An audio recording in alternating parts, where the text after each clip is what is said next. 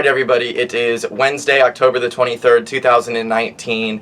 Another day, another smoke break. I know I said I was doing 2 a day, and this is my second smoke break of the day, but it is only going to be one released to y'all because I did one this morning, and for whatever reason, I go to convert it into what y'all see on YouTube with iMovie, and it corrupted the file and it got all messed up. I don't know if it's my SD card or what happened. I'm not very computer literate. I'm not very tech savvy, so I'm using a different SD card for this one. I hope it doesn't happen again, and I hope that I get to release this so I can at least give you one. But I did that this morning, and then it's like, oh shit, I gotta go to work. I'm going through the process of trying to convert it and put it up onto YouTube. I realized that I am out of luck and I have lost this smoke break video from the morning, but I don't have time to do another one. So I was like, shit, I gotta go to work. And I actually didn't even work today. I had a really interesting day, but this is a smoke break, so let me begin.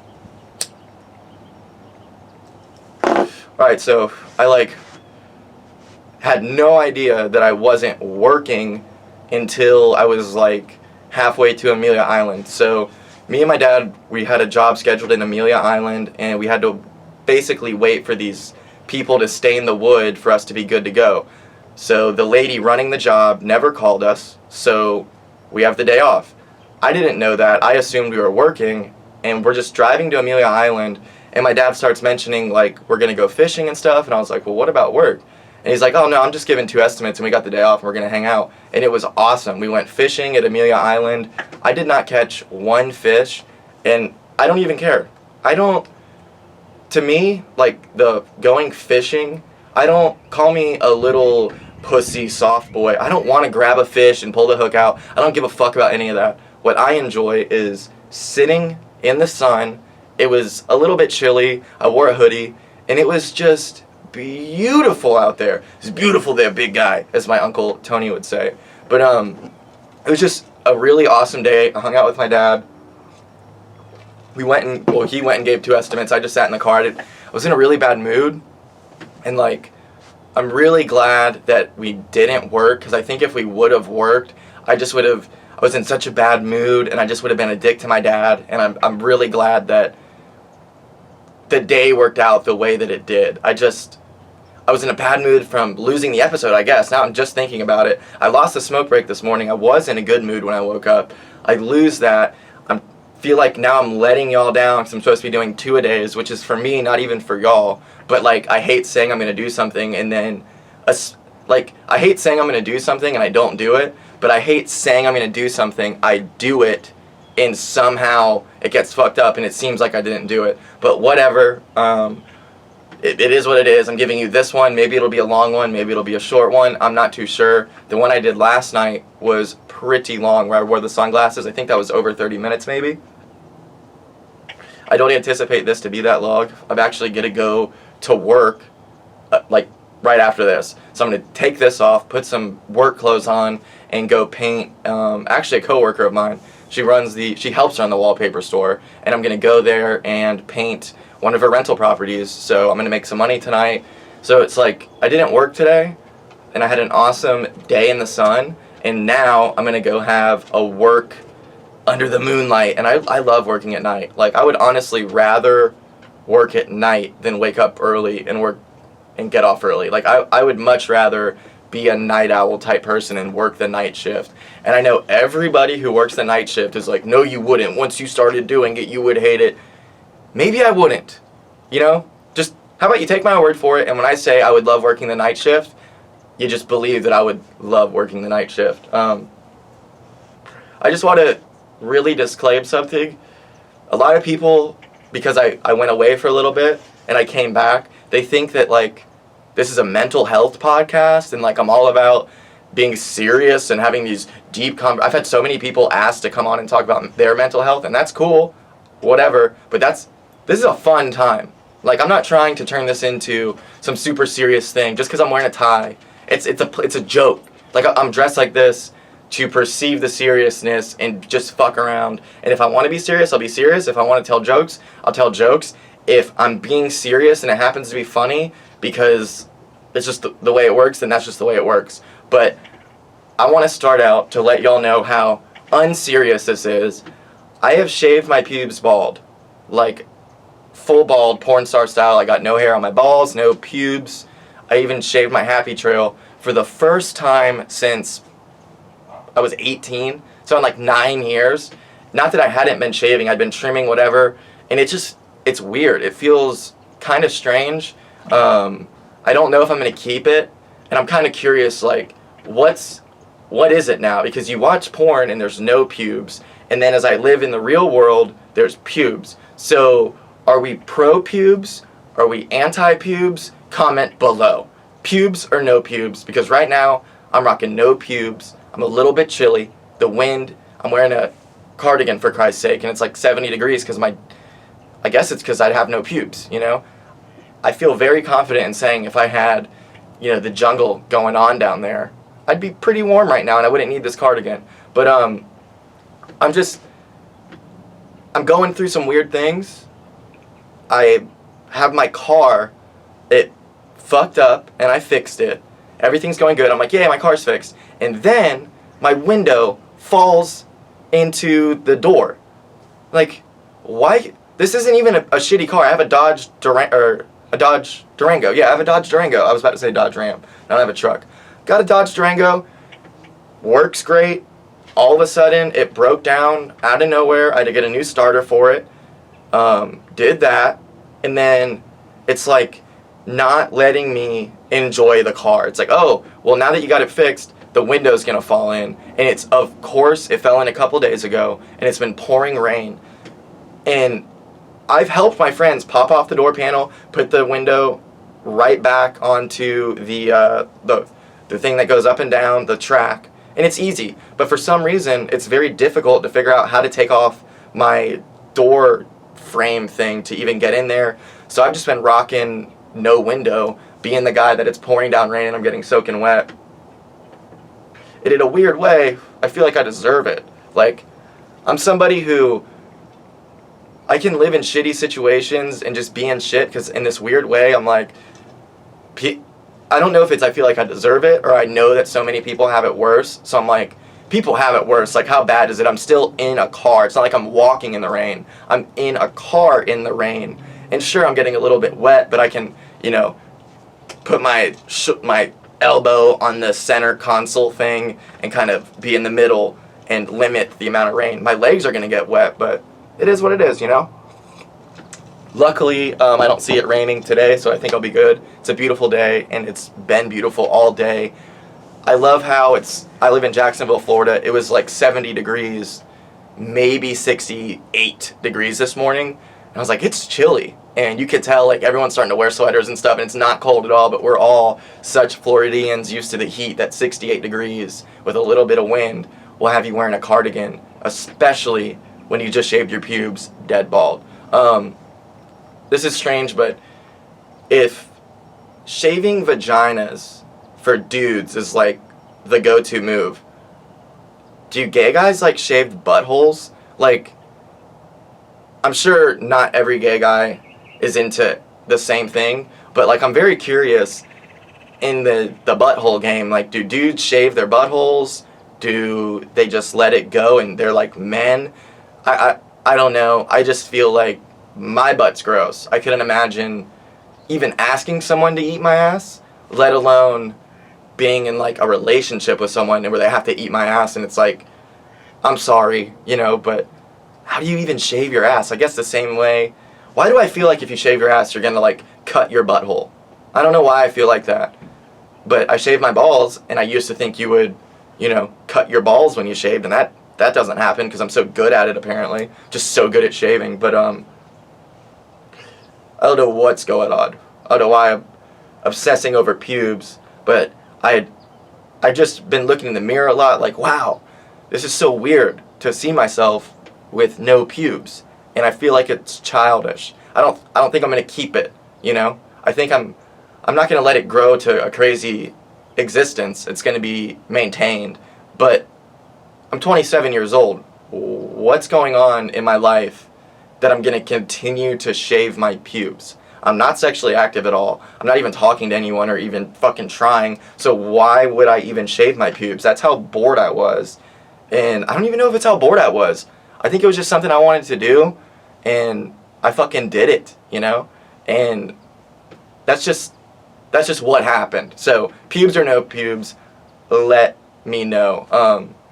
Something weird I've been thinking about that I used to do, because I got a lot of pictures from when I was a kid, and just looking back on my life. I used to, in elementary school, like on the last day of school, I was known as being like a baseball kid. I would miss class or miss school because I'd had a baseball tournament or something. Everyone knew I played baseball.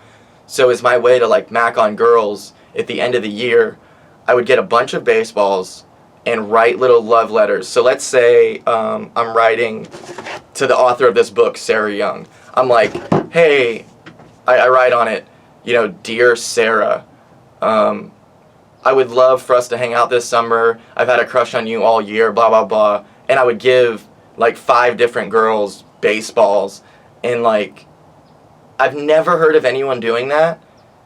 And it sounds stupid, but I think I was ahead of my time. Like in 4th grade, that's what I was doing. That's a genius move. Like if you're like a high school kid, you don't want to send it to a bunch of people, but maybe like the one girl you like, if you're like the baseball player, you're some baseball stud at the school, like get a ball that you hit a home run with this ball and write on it, I hit a home run with this ball, I want to hit a home run with you. Boom!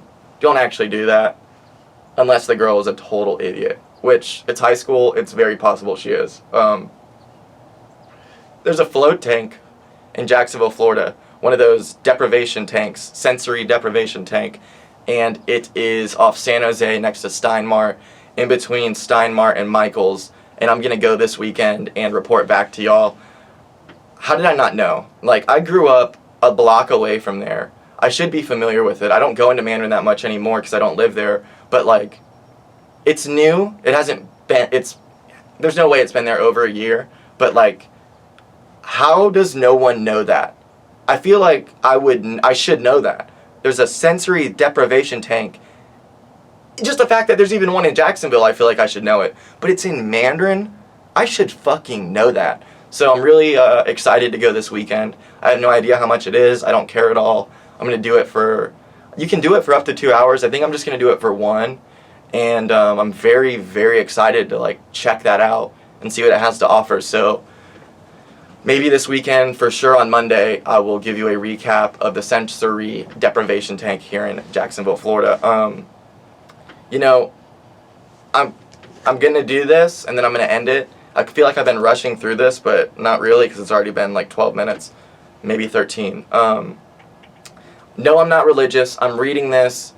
I went over it, like, I think that religion offers a lot of good ideas, and if you're not so pessimistic and hateful towards religion, you could really learn a lot from it.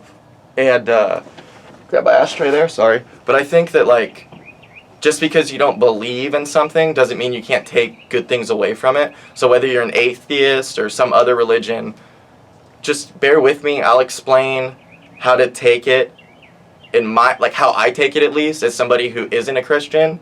So here we go. This is a daily devotion thing I got from Enza, who owns Enza's Italian Restaurant. Thank you very much for giving this to me. She's a total sweetheart. If you want to hear the full explanation, go listen to the last episode where I explain how awesome she is, and I do the very first one of these. So for October the 23rd, let me take a little Zephyr Hills water break here. It says, "Do not despise suffering. It reminds you that you are on a pilgrimage to a far better place. I do provide some pleasures and comforts along the way, but they are temporary. When you reach your final destination, your home in heaven, I will shower you with pleasures forevermore. In that glorious place, there will be no more death or mourning or crying or pain. The fullness of joy you experience, there will be permanent, never ending." So basically, let me say that sentence again so it makes better sense. The fullness of joy you experience there will be permanent and never ending. Because you are my treasured follower, I can promise that your suffering will come to an end someday. Therefore, try to view your trouble as momentary and light, producing for you an eternal weight of glory beyond all measure and surpassing all comparisons. While you continue your journey through this world, Be thankful for the comforts and pleasures I bless you with, and reach out to others who are suffering. I comfort you in all your troubles so that you can comfort others. Offering help to hurting people gives meaning to your suffering and glory to me. So let's take all the God stuff out of there. Let's take the heaven stuff out. I really believe in not despising the suffering you're going through, which is really hard when you're in the moment of experiencing suffering. But I'm not some great person, but I'm way better than I was pre-suffering in my life in terms of how I interact with people and the way I view the world, and just like having true empathy. You know, I grew up so fortunate and didn't really suffer, you know? So when I would see homeless people, it didn't make sense to me. You know, I saw that as unfathomable. There's no way that I'm ever going to be homeless. And then I fucked my life up, and all of a sudden, if it wasn't for having people who I could, you know, friends basically, and a dad, I would be homeless. I would have been homeless. So like, I realized that, oh shit, that could be me. I realized that anybody could fuck their life up because I did, and it taught me not only to like, not just look at people begging for money as scum, which only white people do that, by the way. That's true white privilege. How many black people do you see standing on the side of the road with a sign saying, we'll work for food or whatever, anything will help? Because black people know that they've been getting shit on forever. White people actually are so delusional, and I'm not trying to be Mr. White Guy who's all woke. It's a joke. But truly, like, I only see scummy white people begging for money because they actually have this expectation that, oh, people will see me and they'll help me out. And barely. And I do know that there's a lot of people who panhandle and make legitimate money, but is that what you want to do? Like, I've been to that point where I could have resorted to panhandling, and I got way too much pride for that, dude. I'm on YouTube. There's no way I'm going to be fucking panhandling, dude. No fucking way. But, I really like today's devotion. Like, don't run from your suffering, but like, realize that you're learning through suffering. And that's the best way to learn, because it's real and it's an immediate lesson, you know? Now, you could be delusional and run from the suffering, but eventually it's going to catch up with you. So fucking face it, kind of just like yesterday's devotion. Like, enter yourself and really try to like figure it out, you know? And with suffering, realize why you're suffering, try to figure out how you can fix it, and hopefully you improve your life. And it's true, the suffering doesn't last forever. Now, there's mental illness where it's gonna like forever, you're not gonna be perfect, but there are always moments that make life worth it. Even when I was in the worst of places, life would bring me things that was worth it. Maybe that's just me and the way I looked at it, and I'm sure there's people listening like, dude, I haven't had a single thing worth it in years happen. Fuck you. You have no idea what it's like to be me. And you're right, I don't. But I know what it's like to be me, and I've lived a really strange life. I've lived in a motel with 9 people, you know, a 2-bed motel. For months, you know, like, I've been evicted. I've lived in that apartment waiting to be evicted with no power on the 3rd floor in the middle of summer, where it was so bad that I was like, Daisy, you can't live here anymore. It's not even fair for a dog to live here. I made these choices myself.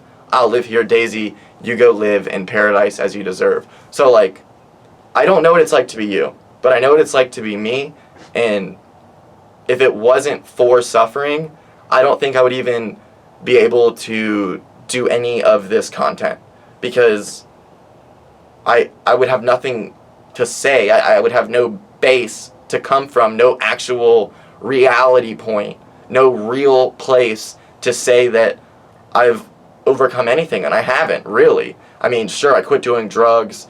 That's amazing, and I'm very proud of myself, but it's not like I'm living a perfect life. Like, I still like spend way too much money on food. Like, I feel like as soon as I get paid, I'm like, oh, I'm gonna get all this food, and I treat myself to like I bought tres leches every night this past week, which is a dessert. I bought it every single night. I bought one for my neighbor, And I spend my money because that's how I've been doing it for so long, spending it on drugs. So now that I'm not doing drugs, I'm like, shit, I'll spend my money on food. I'm used to being poor. Like, I'll live like this and have delicious meals. And that's so stupid. Or I'll go buy a shirt that I don't need, or just dumb shit. So I need to get better at spending money. I'm not perfect, but at least I know for a fact that I'm a better person than I was prior to suffering in my life. So I'm going to end it on that. Let me know about the pubes thing, whether we live in a pro-pubes or a no-pubes society. Which I guess, yeah, those are different. Are you pro-pubes and you want to see them, or are you no-pubes and you want them gone? Let me know in the comment section. That's that. I love you so much. I'm going to go to work now and make some monies. So I'll talk to you tomorrow morning. Thank you so much. I'm really loving all the feedback I'm getting on Instagram. Everyone's so cool. I've been getting a shitload of messages. Everyone's awesome. Thanks for all the support. Like I said, I love you. I'll say it again. I love you. And I'll say it a third time. I love you. Follow me on Instagram at CJCouchTalk, or email me. It is cjcouchtalk@gmail.com if you have any questions, comments, insults, or would like to be a guest. That is C as in Christ, J as in Jesus, C as in Christ, O as in ostrich, U as in uranium, C as in Christ, H as in horses, T as in tantalizing, A as in ass, L as in labia, K as in kaboom. That's how you spell CJ Couch Talk. That's how you do a smoke break. I'm going to go. I love you. Bye-bye.